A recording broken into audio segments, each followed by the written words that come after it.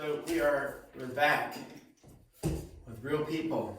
We're trying to finish up this self-test in the hopes that we actually get to do a test on page 1126, which we're very excited about. The test will be fine. We'll try to go over, well, not try, we will go over what's on it, just whether we get to that today or not. That's our goal. So I believe we're on our very last page. And so we have finished up. This is a really long subject. So we finished up through 41. And we'll still be able to go back and hit questions that you have, but we're going to start on page 42. And starting with number 32 then. Do you have that one done? Mm-hmm. So I don't remember if that one was homework or not, but it's a good one to go over. 34 was homework. Mm-hmm. All right, let's do 34 first, and then we'll walk through 32 together. How about that? Okay, so 34. So our directions on this, we're going to say complete the square in each quadratic function and place the final answer in our very particular form. So we have this form, y equals, what is it? A and x minus h what? Squared plus k. And then plus k. This is the format that we're trying to get what they gave you to look like that. In order to do it, we have to complete the square. All right, and 34 is a great example to start with because it's got all kinds of fun elements in it. 4x squared minus 32x plus 68. Okay, what's the first thing you do? You divide by 4. You can't bring the 6. I wouldn't. I would divide by, no, I would bring the 68 over there. Oh. Get it out of the way. So that makes it y minus 68. And then, yes. So now we just have this side that we're focused on. And you can divide by, or we would say factor the 4 out of each term. So the 4 comes out front. And we'll put a parentheses in here to show that we factored 4 out of this. What's left is just going to be this binomial. So x squared minus what? 8. 8. X. And then we'll put the parenthesis out here because we need to figure what's going to go in here to complete the square. What goes here to complete the square? Half of something times something. Good. So half of this middle term, because it's going to be the middle term, so half of that and then square that. So what's half of 8? So it's 16? Yes, 16. Plus or minus? Plus. Always plus. And this is a minus in this case, but it could be a plus, as we'll see in a moment. Okay. Now, what we just did was not all we need to do. Now our equation, we added something to this side of the equation, but this side only. So now it's tipping this way. It's out of balance. So we have to divide 68 by 4. No. So you have to move 64 what do we do? over there, 16 times 4. Ooh, wait, a little fast. Huh? So why is it 64 and not 16? Because we it added has the 16 4 on here. the outside. Not 60. Yes. She's right. That was just fast. So it's not 16 necessarily that we added to this side of the equation. Now we added 16 in here, but we actually added 16 times what? 4. And 16 times 4, of course, is 64. And it's plus 64. Right? Mm-hmm. Look good so far? Mm-hmm. No mistakes? Mm-hmm. Mistakeys? So this becomes y plus what? Or minus 4. Right? I was testing you. Y minus 4. Are you with us? Mm-hmm. Y minus 4. And then our 4 here. But now we want to write this in this format. We want something squared. So we want this. X minus 4. So what is this? Is it x minus 4? Does that work? Yes. So just to check that real quick, if we used FOIL on this, we would do the first term. That would give us x times x is x squared. Minus 4 times x would be minus 4x. X times minus 4 would be minus 4x. And then negative 4 times negative 4 would be plus 16. Combine these two and that gives me negative 8x. And x squared minus 8x plus 16 is what we have. That is just a quick check that you can do to make sure you got it right, but not part of the problem. That'd be a sidebar thing. However, we're very close to our goal. We need it to look like that, but we need the y all by itself. So I need to bring the 4 over here and make it plus 4. So I'm adding 4 to both sides basically, or I'm bringing the 4 back over. Which means these now have canceled each other out, and I'm just left with the y. The 4 is over here. So it just looks like this now. Is that confusing? So that minus 4 moved over. And are we done? Yes, that's the right format. Is the right format? Yeah, meets that criteria. It actually matches it perfectly because of the minus and the plus. It doesn't have to be that big. The signs can be different. That one is how you do number 34. Now let's go back and do 32. Same process.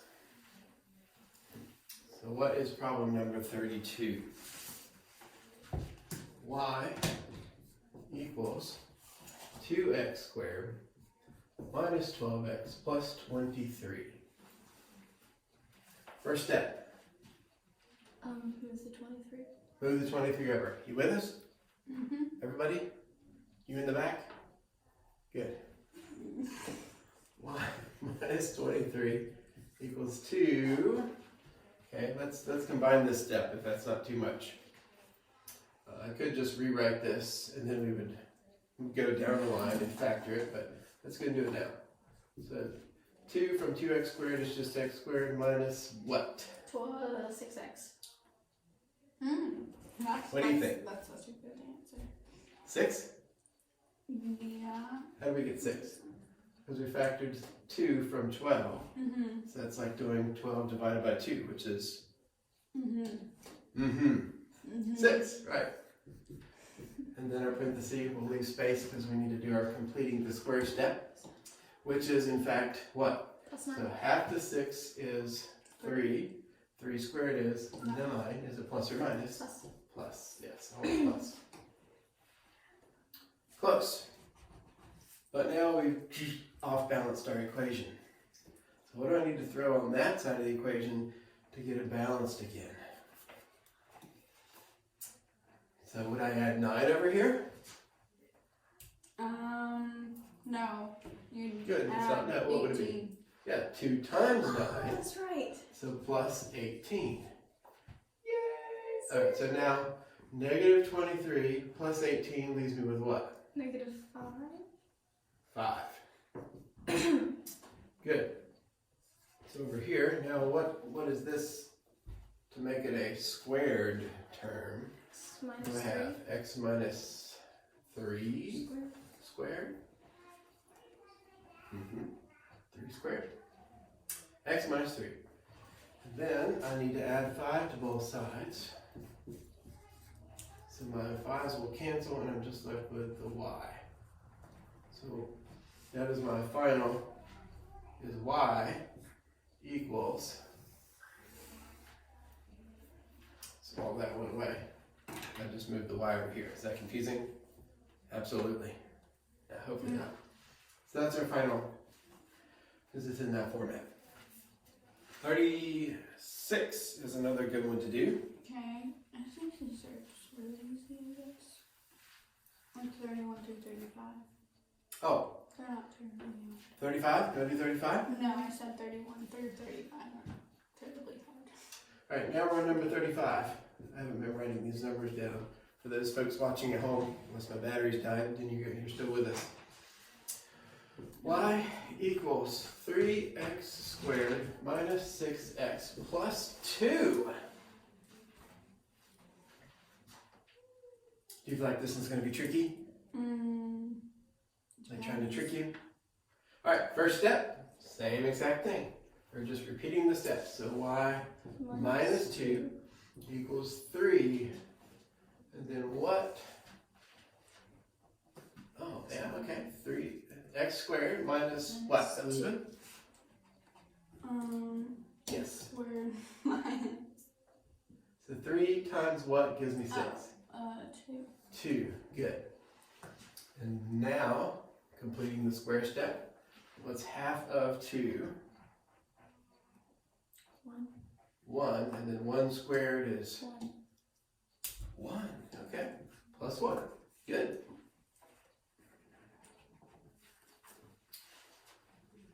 So we have our y minus 2 equals 3. And then what is this squared?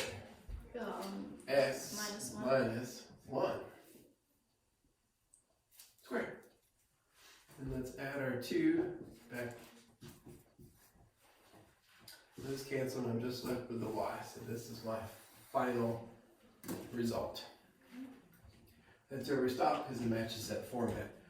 Now we've been practicing getting in this format for a very good reason. Because what we're about to do and what's on the test is really the goal here. It is good to be able to complete the square and get in this format and just sort of admire your work and just be really happy. Look at how good a job I've done. I'm really happy with how that turned out. But you're not really going to do anything with it other than just admire it. But if you recall, this format tells us some things about our quadratic functions, our parabolas. It gives us some information about graphing that and things that we would actually find useful in math, which we're about to do right now. So that's what 36 and the rest of the game is all about. So any questions about those that we just did? 36 then is the same exact stuff, only we take it a couple of steps further. Because this section doesn't tell us complete the square in the quadratic function and place the final answer in the form of this. However, that's exactly what you have to do. So on the test, if you're given, a function like this, y equals 2x squared plus 12x plus 15, or some variant of that, and it says find the axis of symmetry in the vertex from each parabolic or parabola. That's a parabola making function, right? If we graph this, it looks like a parabola. It's going to be one of these kind of things, or one of these. That's what that means. So you have to complete the square in order to do that, and you'll have to remember, oh, that's what I need to do to get those things. So that's what this section will tell us. So same exact steps. First step is 15 over, good. So y minus 15 here is this. So the 2 comes out of there. What's this? 6x. Plus 6x. That's new. We haven't seen a plus before. Is that going to throw us off? We will see. Alright, so same steps. To complete the square, half of the 6 is... But it would be 9, but how would you divide that by 2? Divided by 2? What do you mean? The 9. But it's the same step. So 6, half of that, and then square it gives us 9. Is it plus or minus? Plus? Plus. So 2, and then I need it to look like this. So what goes in here? X plus 3. Did we make ourselves an actual square? X plus 3. So it's a plus this time, not a minus. Is that a problem? No, it's no problem. But we need to know how to deal with that in just a moment. And then y minus 15, but we need to add 15 back to both sides. Oh, there's an equals in here that's missing. So the 15s go away and I have y equals 2x plus 3 squared plus 15.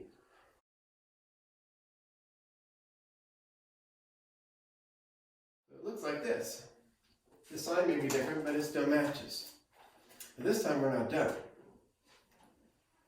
because we need to determine the vertex. Now what was the vertex from this? It was something we memorized. X It comes from up here. equals Y 0. equals mx plus b. I don't know. One of our favorite math equations, y equals mx plus b, which gives us the slope and y-intercept of a line. This though is a parabola.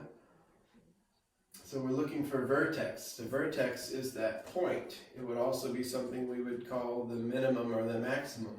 X plus y equals c later. Isn't it x minus h equals 0?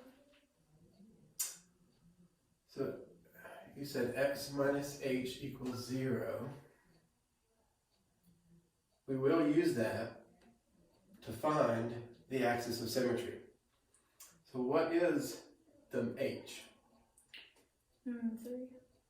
So it's x plus 3 equals 0, right? So x actually ends up equaling what? -3. -3. So our axis of symmetry is -3.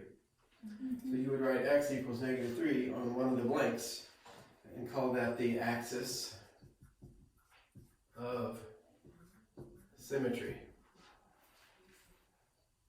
But we also need to know this because we know, what have I just created? I've created an x equals h. So h is also -3, and if you recall, our vertex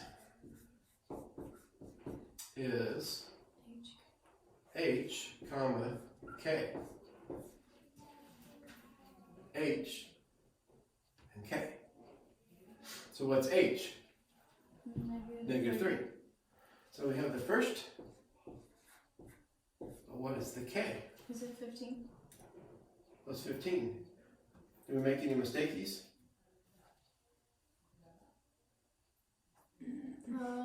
Wouldn't you add the 18? We made a mistake. 15. So what was the mistake we left out? Didn't add the 9 thing. We didn't. The 9 thing, right? So right here, just before we went to this step, we left out something. And you guys were just so polite, like, oh, we're not going to tell him about his mistake. Because I know you both saw it. Yeah, I mean, all of you saw it, right? Just droves of students in our classroom. So yeah, what did we leave out? Well, we're supposed to add not 9, but add 18 here. So it isn't a 15 that we get over here, is it? No. Naughty, naughty. So what do we really end up with? 3. So it should be plus 3 here. Then I subtract the 3 back over here, so it's not plus anything, it's actually -3.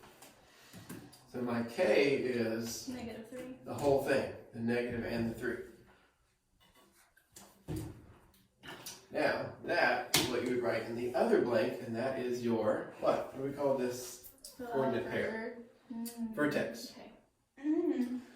So if we were to graph this, we would draw ourselves our plane, and we would go -3, -3, so that's about right there somewhere, potentially. And we know our axis of symmetry runs through x is -3. It's not a y value, so that means it's going to look like this. So in order to know the sides and which direction are, well, we can know the direction another way. How do we know the direction of this parabola? Is it going to go like this and be like a U? Is it going to go like this and be an upside down U or like an N? It's negative, so it's gonna be upside down, right? Where you would use a sign to help determine that, but you'd be looking for a sign that would be in front. If it was a negative up here, then I would know that it's going to be going this way.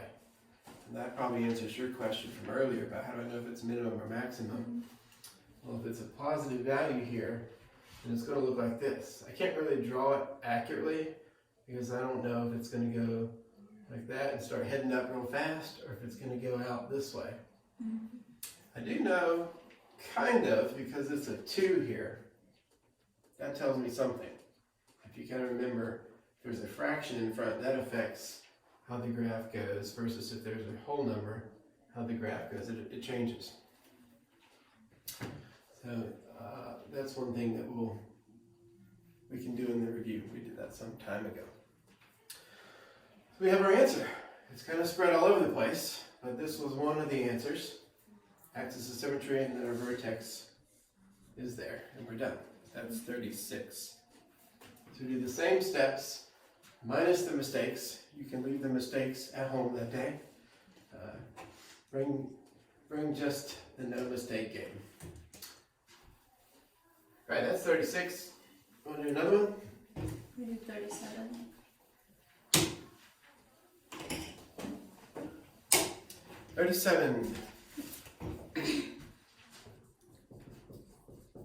Is y equals minus 3x squared plus 6x plus 12.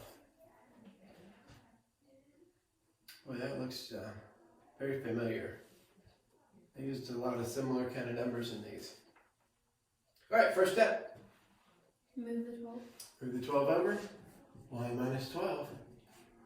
Factor the negative 3 out. And what do I have? X squared, but what's here?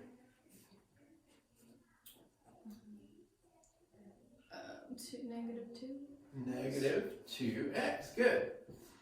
And then here now, we'll complete our square.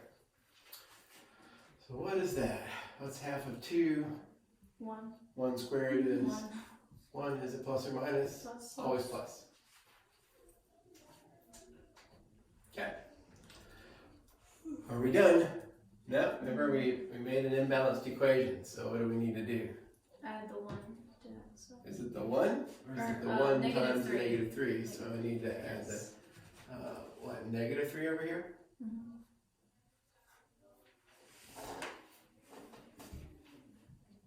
Is it negative 3 or plus 3 that I need to add? Positive 3, you would add 3 to it. Because it's negative 3 and then you move it over. Mm-hmm. Yeah, so it's this times that. So that is the negative 3. It shouldn't be plus 3. Although, Why? Because we're moving it over on the other side of the equal sign. Don't we have to change it? I don't think so if it's the thing you just had. I don't know. I sometimes like to peek in at the writing that's on this paste, and it looks like they added it 3. It should be wrong. But it's not marked wrong. No. Yeah, Could be misreading it. Oh, I see. So it looks like they did this step here and then decided to multiply the whole thing by negative 1. So it changed that to positive, this to positive, and that to negative. Not quite sure why you do that, but that looks like what happened. So she somehow got the right answer the wrong way. It would work. We'll keep going this way and see what happens. Let's see what we end up with. Because maybe the answer is actually correct. Well, we're going with this as the correct answer. So this becomes y minus 15 over here. And then I have my negative 3, and then I need something squared. X minus 1. That's x minus 1. That feels right. And then I need to move my 15 back to the other side. So plus 15. So you note here with y equals negative 3, x minus 1 squared plus 15. And then I need my x, what was it? X minus h equals 0. What is h? 1. So it's x minus 1, right? Equals 0. So that becomes a plus on this side. So it's actually over here what? X? So negative. Negative 1?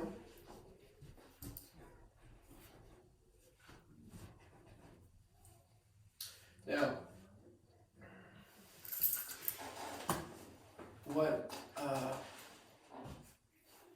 where this tends to be confusing is what I just did. So, you don't take just the h isolated. You take this and set that equal to 0. So you wouldn't do this because it's just x minus 1. Okay. Sometimes it's helpful to see that because that's an easy mistake to make. You can get confused. Wait, do I use just the h? How does the sign factor into that? So sometimes it's nice to show you the wrong thinking. So don't just say, oh, there's the h right there, and that's a -1. I'm going to plug it in here. It doesn't work that way. That's what you do for the k. You get the whole k, but you get whatever you get in here. Is that confusing? Folks at home, yeah, you can shake your head, yes. It is confusing, but just take whatever you get for this and set it equal to 0. So x minus h happens to be what we have, so it's x minus 1 equals 0, so our x is equal to 1, negative 1. So x is equal to 1. Also, if you're just looking for a simple way to remember it, just look at what's in here, and it's always going to be the opposite of this sign. I kind of get that. You know, you're smart, you see those kind of things. You can pick up little shortcuts, that's fine. So we have x equals 1 for our axis of symmetry, and then we know now that our vertex is going to be what? 1, 15. 1, comma, 15. Because there's the k. So that's the h, comma, k. So h is this, because x minus h equals 0 means x equals h. Just if we were to set that to 0. That tells us our vertex because we'd want to know where does this intersect if x is 0, if it doesn't go anywhere. Where does it actually end up being our vertex? And that's how we find it. So we know this one's going to intersect, have our vertex at 1, 15. So if we were to graph that, that's going to be way over 1 but up 15. So somewhere it's a way high one, right? From the x-axis. But it's going to be close to the y-axis. And x is 1. So that's going to be our axis of symmetry. But which way would the parabola face? Up. So it would go this way. Yep. And go down. Why is it so cold in here? I know. All right. Can we do number 38? Number 38. What's tricky about number 38? I don't know, I just got it wrong. The batteries must be dying in the remote.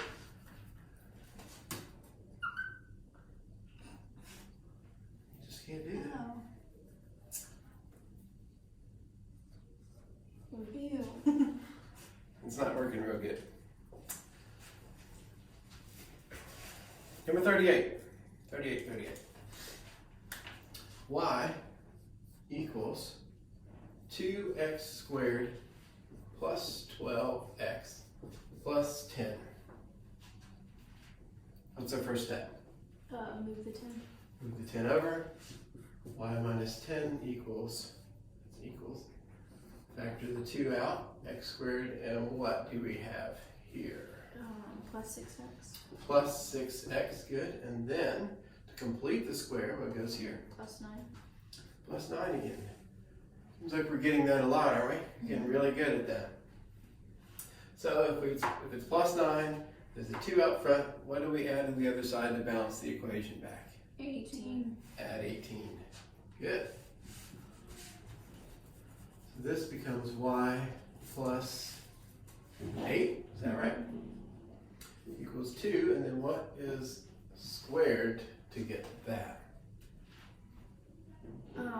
X plus 3. X plus 3. You sure have seen that a lot.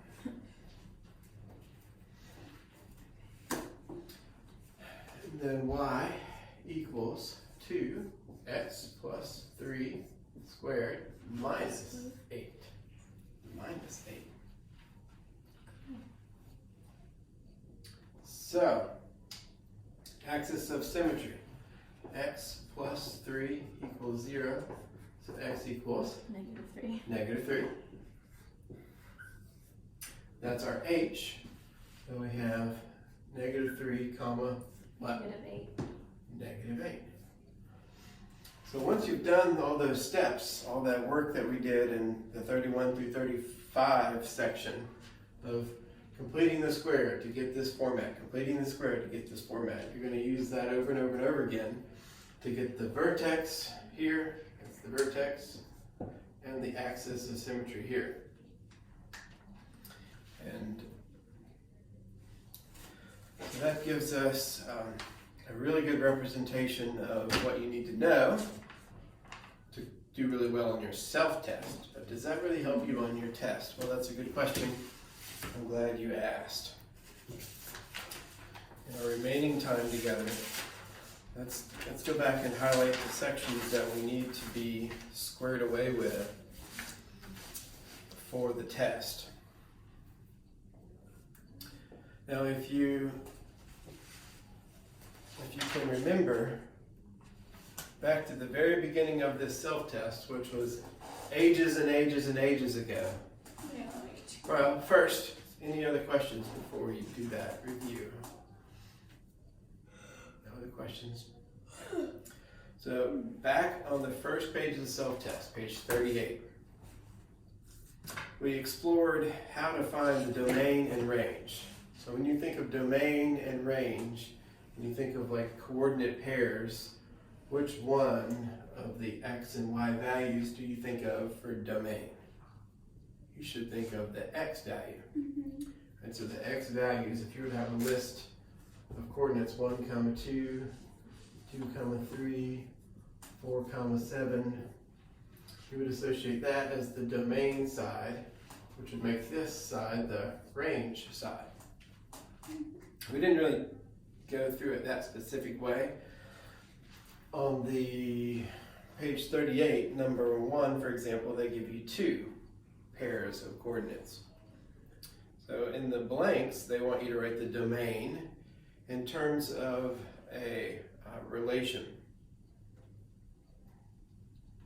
What would you write? 34, -7. Are you reading that off your paper? Good. Do you remember that that's what it would be? Oh, yes. So those are simple. I just don't want you to oversimplify it or overcomplicate it. Either one. Well, but you do get to do a slew of those kinds of things when it comes time for the test. Now the fun ones were if you have some kind of, y equals 3x or 2x or 10x or 5,000x. They won't give you that, but they'll give you something like this. What is your domain? Real numbers. Right, real numbers. That's the domain. What's the range then? Same thing. Same thing, real numbers. Because there's really no restrictions. You're gonna put in any real number here, and it's just gonna be multiplied by some other real number to get yet another real number. Mm-hmm. If you have an absolute value situation, so the absolute value around any of these, 2x, 3x, or just x, your domain is still, Real numbers. but your range becomes The weird non-negative thing. non-negative real numbers. Non-negative real numbers. And that'd be the same if it was just x equals y or y equals x. I give it to you either way. Same, it's just real numbers and real numbers. Mm-hmm. Take the coefficient away, it doesn't matter. So being able to recognize that, and then take it the next step. If they start using this word,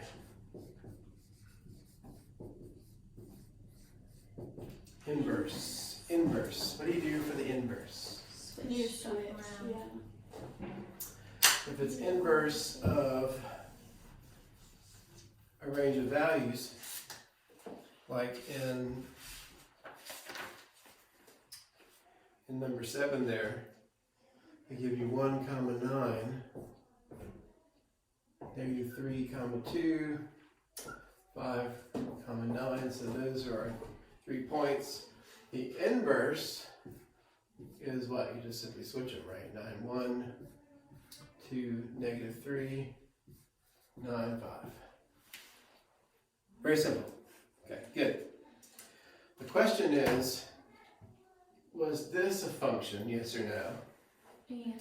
And if it was, is the inverse then also still a function? And we had some criteria that helped us with that.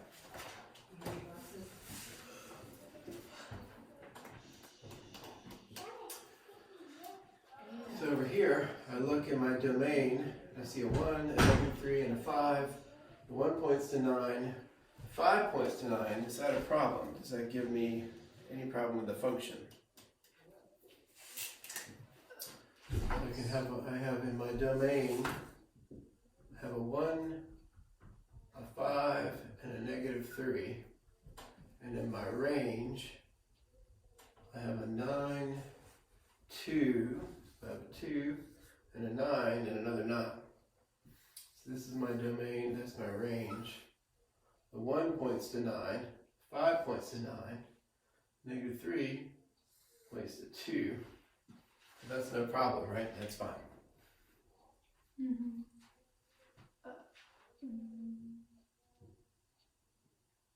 It's if 2 of these point to one of those, that's when we get an issue.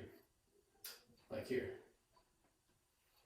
We would have a 1 in the inverse, these would switch.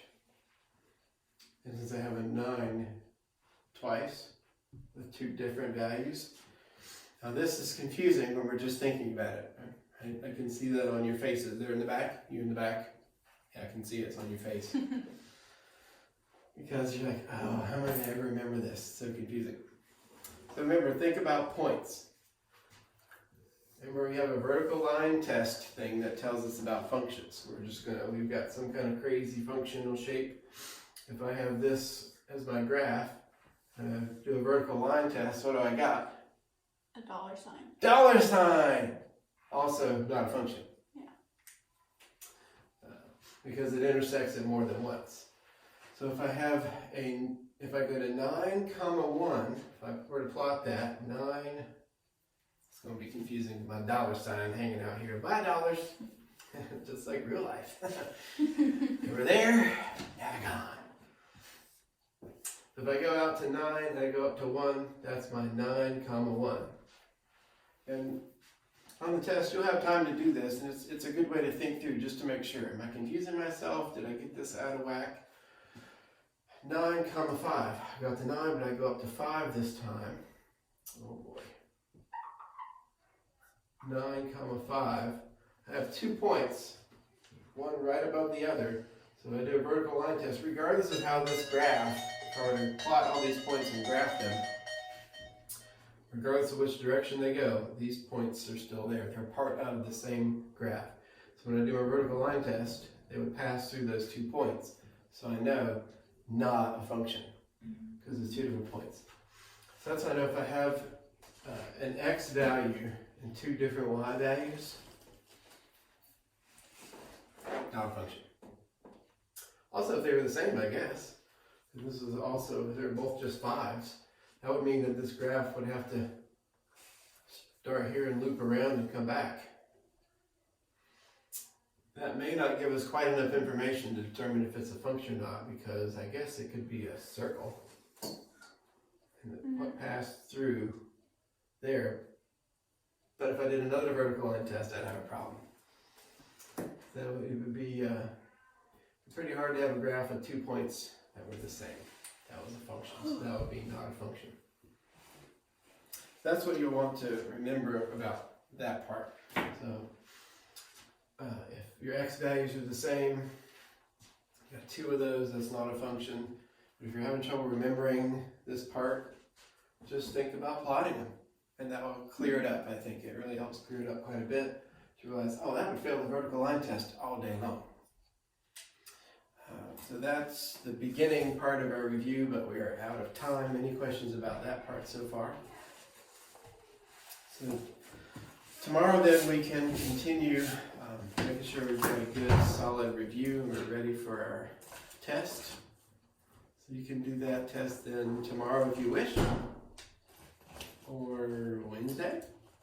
Probably even tomorrow, just to get it over with. Probably. So if there's other questions, let me know. We can get those, get that help to you. And then folks at home, we wish you the best. Bye. Good. Bye.